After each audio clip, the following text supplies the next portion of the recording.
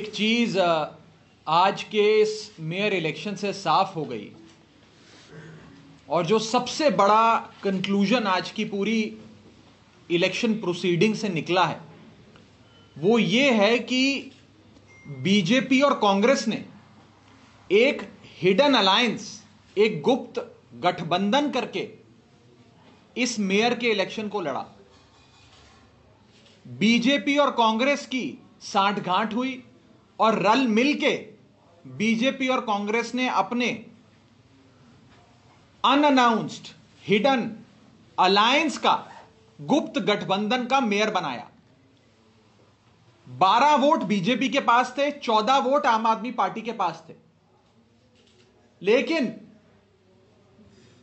Congress party ने BJP की मदद करी, अपने काउंसलर बीजेपी को सौंप दिए, इनके काउंसलर ने बीजेपी के लिए वोट दिया और भारतीय जनता पार्टी ने एक अलायंस के चलते अपना मेयर बनाया।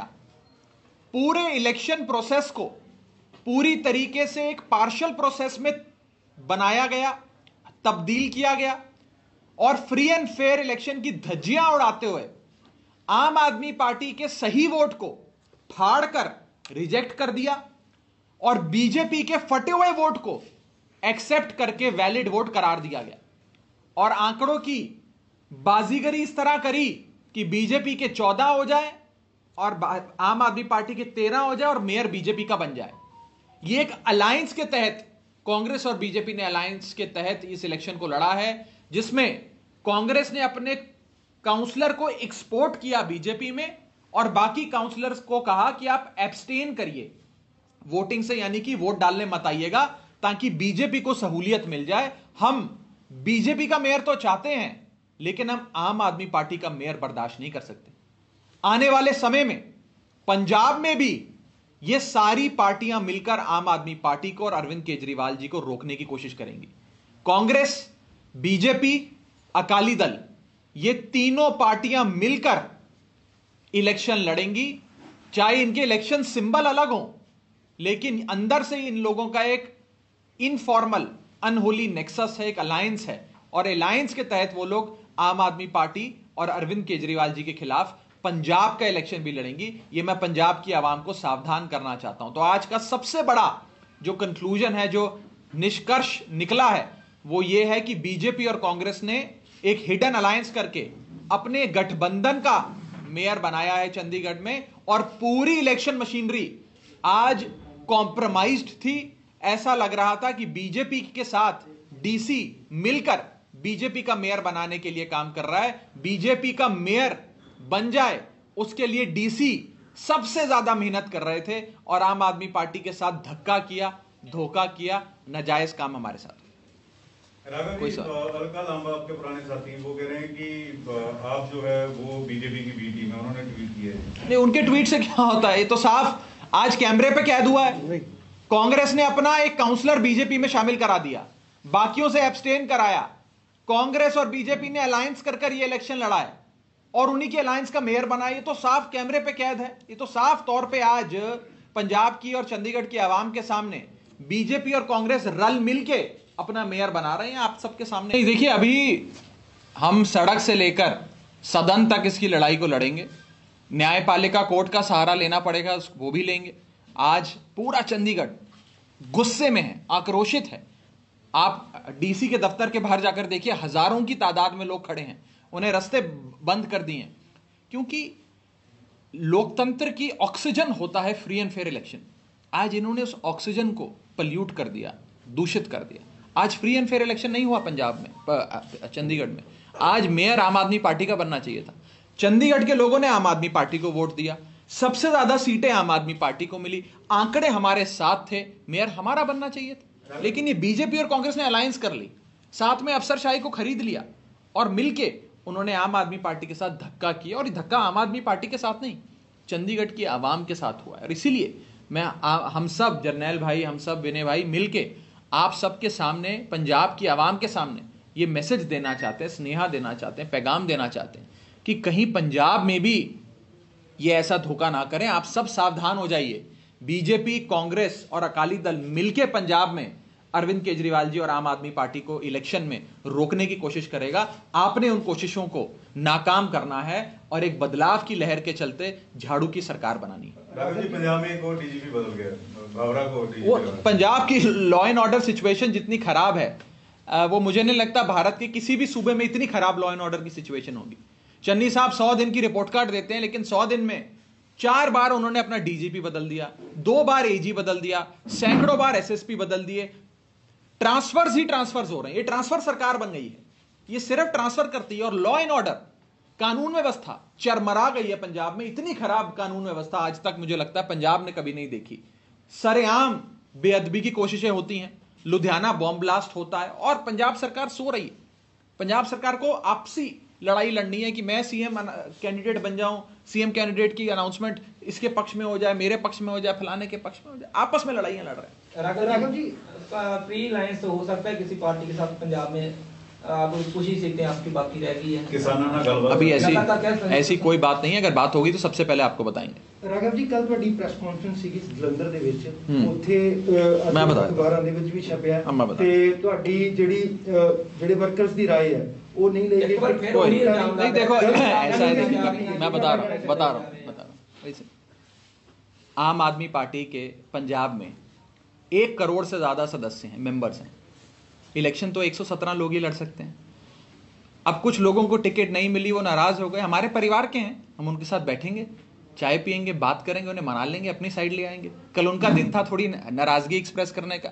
मैं ऊपर प्रेस कॉन्फ्रेंस कर रहा था तो मुझे पता लगा कि नीचे झगड़ा चल रहा है, लोग आपस में नारेबाजी कर रहे हैं, थोड़े आक्रोश में थे, गुस्से में थे। मैं प्रेस कॉन्फ्रेंस करके शांति से निकल गया। मैं नहीं चाहता कि आपस में झगड़ा हो, सिंपल सी बात है। और अगर किसी को टिकट की इच्छा थी, उसे टिकट नहीं मिली, तो हम बैठ के समझाएंगे। हमारा परिवार है, ये आम आदमी पार्टी की फैमिली है, बैठ के बात करेंगे। नंबर 1।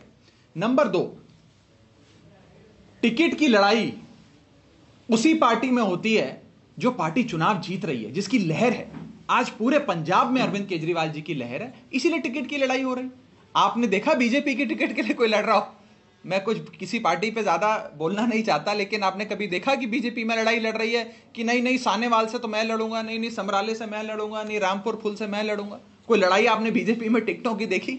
अरे टिकट के लिए आपस में थोड़ा सा विवाद कहें या आपसी झगड़ा कहें, वो तो उसी पार्टी में होता है जिस पार्टी की सरकार बनने वाली है, जिस पार्टी की लहर है। और आखिरी चीज, जो ये आरोप लगाए जा रहे हैं, ये हास्यास्पद है।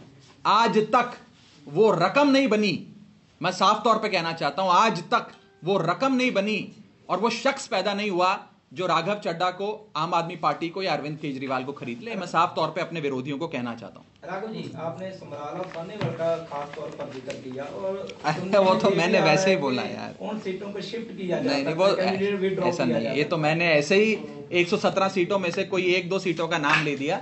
117 सीटों में से किसान लीडर है, 2-3 वो तो मैंने ऐसे ही 1-2 सीटों का नाम ले दिया, लेकिन ये उससे आप कोई ज्यादा मतलब ना ड्रॉ करें। लेकिन मोटे मोटे तौर पे मैं ये कहना चाहता हूं कि लड़ाई उसी पार्टी में होती है जिस पार्टी में सरकार बना रही हो, जिस पार्टी की लहर हो। आज अरविंद केजरीवाल जी की आम आदमी पार्टी की लहर है, तो हमारी पार्टी में लड़ाई लड़ रही है कि भाई मेरे को विधायक की टिकट मिल जाए, मेरे को विधायक की टिकट मिल जाए, इसीलिए लड़ाई लड़ी जा रही है, नहीं तो लड़ाई नहीं लड़ी जाती। कोई बात नहीं। आपने बीजेपी में कोई लड़ाई देखी कि बीजेपी में कोई बोल रहा हो कि नहीं जी नहीं, मुझे वो चाहिए टिकट, मुझे लुधियाने से लड़ा दो, मुझे अमृतसर से लड़ा दो, मुझे फलानी जगह से लड़ा दो? कहीं आपने ऐसी लड़ाई तो देखी नहीं। तो जहां जिस पार्टी की लहर है उसमें थोड़ी बहुत नोकझोंक होती है। सब हमारे परिवार के हैं, हम सबके साथ बैठ के बात करेंगे, सबको मनाएंगे, सबसे प्यार से बात करेंगे, कोई बात नहीं। 1 करोड़ लोग जिस पार्टी के सदस्य हो एक सूबे में, चुनाव तो 117 लोग ही लड़ सकते हैं ना। अब आप हमारी पार्टी के मेंबर होते तो आपके मन में भी होता कि मैं फलानी सीट से, अपनी सीट से इलेक्शन लड़ूं। अगर टिकट आपको नहीं मिलती तो आप भी नाराज हो जाते, थोड़ा आप भी मेरे से तीखे शब्दों में बात करते, फिर मुझे आपको अपने घर बुलाना पड़ता, चाय पिलानी पड़ती, साथ में गजरेला खिलाना पड़ता, तो मैं खिलाऊंगा आपको मनाऊंगा। बीजेपी ने थोड़ा रास्ता रोक दिता चंडीगढ़ ਵਿੱਚ ਕਿਤੇ ਉੱਥੇ ਪੰਜਾਬ 'ਚ ਵੀ किस तरीके ਨਾਲ ਜੇ रोक दिता, फिर ਕਿਵੇਂ ਤੁਸੀਂ? नहीं देखिए, मैं तो आज इस प्रेस कॉन्फ्रेंस के जरिए पंजाब की आवाम को सावधान करना चाहता हूं कि जो चंडीगढ़ में इन सारी पार्टियों ने रल के मिल के किया है, ये वैसा ही कुछ पंजाब में करने की कोशिश करेंगे। पिछली बार सारे वोट क्लिनिकल प्रिसिशन से बीजेपी ने अपने भी और अकाली दल के भी कांग्रेस को शिफ्ट कराए थे, क्योंकि कांग्रेस दौड़ में आम आदमी पार्टी के करीब आती नजर आ रही थी। क्योंकि अकाली नहीं हरा सकते थे हमें, बीजेपी नहीं हरा सकती थी हमें, तो उन्होंने कहा कि भाई हम अपने वोट कांग्रेस को दे देते हैं, हम सबके वोट मिल जाएं तो आम आदमी पार्टी हार जाएगी, कांग्रेस जीत जाएगी। कांग्रेस का सीएम इन्हें बर्दाश्त है, लेकिन भाजपा वालों को आम आदमी पार्टी का सीएम, आम आदमी पार्टी की सरकार बर्दाश्त नहीं है। और यह बात मैं नहीं कह रहा, नरेश गुजराल साहब जो अकाली दल के राज्यसभा सांसद हैं, उन्होंने, अकाली दल के कई साबका मंत्रियों ने यह बात समय समय पर कही कि बीजेपी ने अपना वोट और अकाली दल का वोट कांग्रेस को ट्रांसफर कराया था 2017 के इलेक्शंस में, ताकि आम आदमी पार्टी की सरकार ना बने। इस बार भी ये लोग ये काम कर सकते हैं। इसीलिए मैं पंजाब की आवाम को सावधान करता हूं और अपील करता हूं कि आप मिलकर एकजुट होकर आम आदमी पार्टी को इतना वोट दीजिएगा, झाड़ू का बटन मशीन पर इतनी बार दबाइएगा कि इन सब की अलायंसेस भी पीछे हो जाएं और आम आदमी पार्टी पंजाब में विजयी हो, एक बदलाव की लहर आए और हम सब रल के मिल के खुशहाल पंजाब की नींव रखें। सीएम चेहरा कब तक देंगे? बताएंगे आपको जल्दी। कांग्रेस वाले इल्जाम लगा रहे हैं कि बीजेपी दे नाल बी टीम है आम आदमी कैसे है? कांग्रेस का ही चाहती थी। कहां से जनरल भाई? यार ਸਿੱਧੇ ਤੌਰ ਤੇ ਕਾਂਗਰਸ ਦਾ ਜਿੱਤਿਆ ਹੋਇਆ ਨਿਗਮ ਪਾਰਸ਼ਦ ਬੀਜੇਪੀ ਸ਼ਾਮਲ ਹੋ ਜਾਂਦਾ ਹੈ ਤੇ ਉਸ ਤੋਂ ਬਾਅਦ ਐਲੀਗੇਸ਼ਨ ਵੀ ਕਾਂਗਰਸ ਲਾਵੇ। ਉਹਨਾਂ ਨੂੰ ਕਹੋ ਜੀ ਆਪਣੀ ਪਾਰਟੀ ਦੇ ਬਾਰੇ ਥੋੜੀ ਬਹੁਤ ਜਾਣਕਾਰੀ ਰੱਖੋ। ਇਸ ਤੋਂ ਪਹਿਲਾਂ ਜੇ ਗੋਆ 'ਚ ਲੋੜ ਪਈ ਤੇ ਤੁਹਾਡੀ ਪਾਰਟੀ ਦੇ ਵਿਧਾਇਕਾਂ ਨੇ ਮਿਲ ਕੇ ਬੀਜੇਪੀ ਦੀ ਸਰਕਾਰ ਬਣਾਈ। ਇਸ ਤੋਂ ਪਹਿਲਾਂ ਜੇ ਐਮਪੀ 'ਚ ਲੋੜ ਪਈ ਤੇ ਕਾਂਗਰਸ ਦੇ ਵਿਧਾਇਕਾਂ ਨੇ ਸ਼ਾਮਲ ਹੋ ਕੇ ਬੀਜੇਪੀ ਦੀ ਸਰਕਾਰ ਬਣਾਈ। ਤੇ ਐਲੀਗੇਸ਼ਨ ਲਾ ਨੂੰ ਕੀ ਹੈ, ਜਿਸ ਤੇ ਮਰਜ਼ੀ ਲਾ ਲਓ। ਆਮ ਆਦਮੀ ਪਾਰਟੀ ਇਹੋ ਜਿਹੀ ਪਾਰਟੀ ਹੈ ਜਿਹਨੇ ਕਾਂਗਰਸ ਨੂੰ ਜ਼ੀਰੋ ਕੀਤਾ ਹੈ ਤੇ ਦਿੱਲੀ ਵਿੱਚ ਜਿੱਥੇ ਨਰਿੰਦਰ ਮੋਦੀ ਤੇ ਅਮਿਤ ਸ਼ਾਹ ਵਰਗੇ ਵੱਡੇ ਲੀਡਰ ਪਰਚੇ ਵੰਡਦੇ ਰਹਿ ਗਏ, ਉੱਥੇ ਬੀਜੇਪੀ ਨੂੰ ਸੱਤਾ ਜਾਣ ਤੋਂ 3 ਵਾਰ ਤੋਂ ਰੋਕਿਆ। ਰਾਘਵ ਜੀ, ਤੁਸੀਂ ਕੱਲ ਇੱਕ ਵੀਡੀਓ ਪੋਸਟ ਕੀਤਾ ਆਪਣੇ ਟਵਿੱਟਰ ਹੈਂਡਲ ਤੇ, ਉਸ ਦੇ ਵਿੱਚ ਤੁਸੀਂ ਇਹ ਗੱਲ ਕਹੀ ਹੈ ਕਿ ਜੇ ਆਮ ਆਦਮੀ ਪਾਰਟੀ ਨੂੰ ਤੁਸੀਂ ਵੋਟ ਦਿਓ, ਪੰਜਾਬ ਦੇ ਵਿੱਚ ਅਸੀਂ ਪੀਸ ਲੈ ਕੇ ਆਵਾਂਗੇ, ਕਮਿਊਨਲ ਹਾਰਮੋਨੀ ਲੈ ਕੇ ਆਵਾਂਗੇ। ਤੁਸੀਂ ਤਿਰੰਗਾ ਯਾਤਰਾ ਵੀ ਕੀਤੀ ਹੈ ਤੇ ਤੁਸੀਂ ਸ਼ਾਂਤੀ ਮਾਰਚ ਵੀ ਕੀਤਾ ਪਟਿਆਲੇ। ਤਾਂ ਤੁਸੀਂ ਇਹ ਦੱਸ ਸਕਦੇ ਹੋ ਪੰਜਾਬ ਦੇ ਵਿੱਚ ਜਦੋਂ ਤੁਸੀਂ ਇੱਥੇ ਵਿਚਰ ਰਹੇ ਹੋ, ਜਿਹੜੀ ਕਿਹੜੀਆਂ ਘਟਨਾਵਾਂ ਨੇ? You can count the instances. No, I can count. जिथे कि कम्युनल हार्मोनी डिसरप्ट हुई होवे, पीस ਨੂੰ खतरा होया हो। कोशिशें चल रही हैं, कोशिशें करी जा रही हैं कि पंजाब में शांति, अमन और भाईचारे को भंग किया जाए, लड़ाइयां कराई जाएं, बेअदबी की कोशिशें होती हैं, बॉम्ब ब्लास्ट होता है।